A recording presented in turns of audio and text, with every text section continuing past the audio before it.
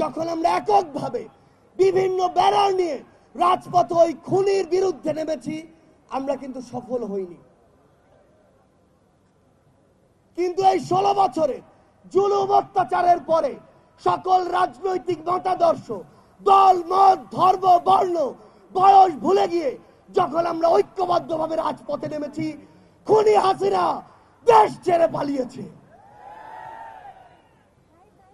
কিন্তু খুনি হাসিনা দেশ ছেড়ে পালানোর পর এই নতুন বাংলাদেশে আজ কি ঘটছে সেগুলো আমাদের দেখা খুবই গুরুত্বপূর্ণ।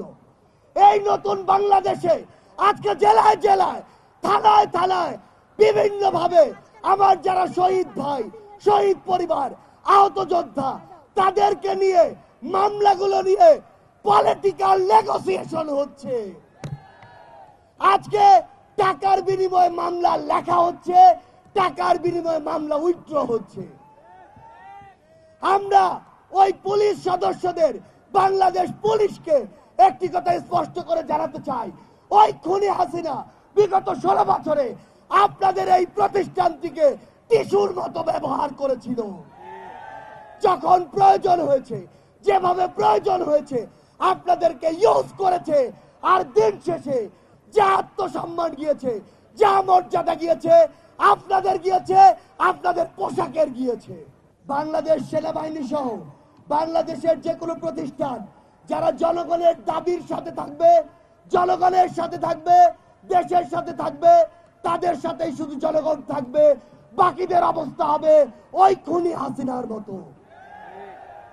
ভারতকে একটা কথা স্পষ্ট করে বলে দিতে চাই, ভারতের সাথে বাংলাদেশের সম্পর্ক তখনই হবে যখন ভারতের সাথে বাংলাদেশের সম্পর্ক হবে সম্মানের, যখন ভারতের সাথে বাংলাদেশের সম্পর্ক হবে সমতার। কিন্তু ওই ভারত বিগত 16 বছরে দেশের সাথে দলের যে সম্পর্ক করেছিল, ভারতের সাথে আওয়ামী লীগের যে সম্পর্ক করেছিল, সেই সম্পর্ক যদি আগামীতে তারা স্বপ্ন দেখে, সেই সম্পর্ক এই বাংলাদেশে আর কোনোদিন সফল হবে না। আমরা একটি কথা স্পষ্ট করে বলে দিতে চাই, এই বাংলাদেশে হিন্দু, মুসলিম, বৌদ্ধ, খ্রিস্টান, আমাদের পাড়ের ওই আদিবাসী ভাইরা আমরা একসাথে থাকবো, একসাথে লড়বো।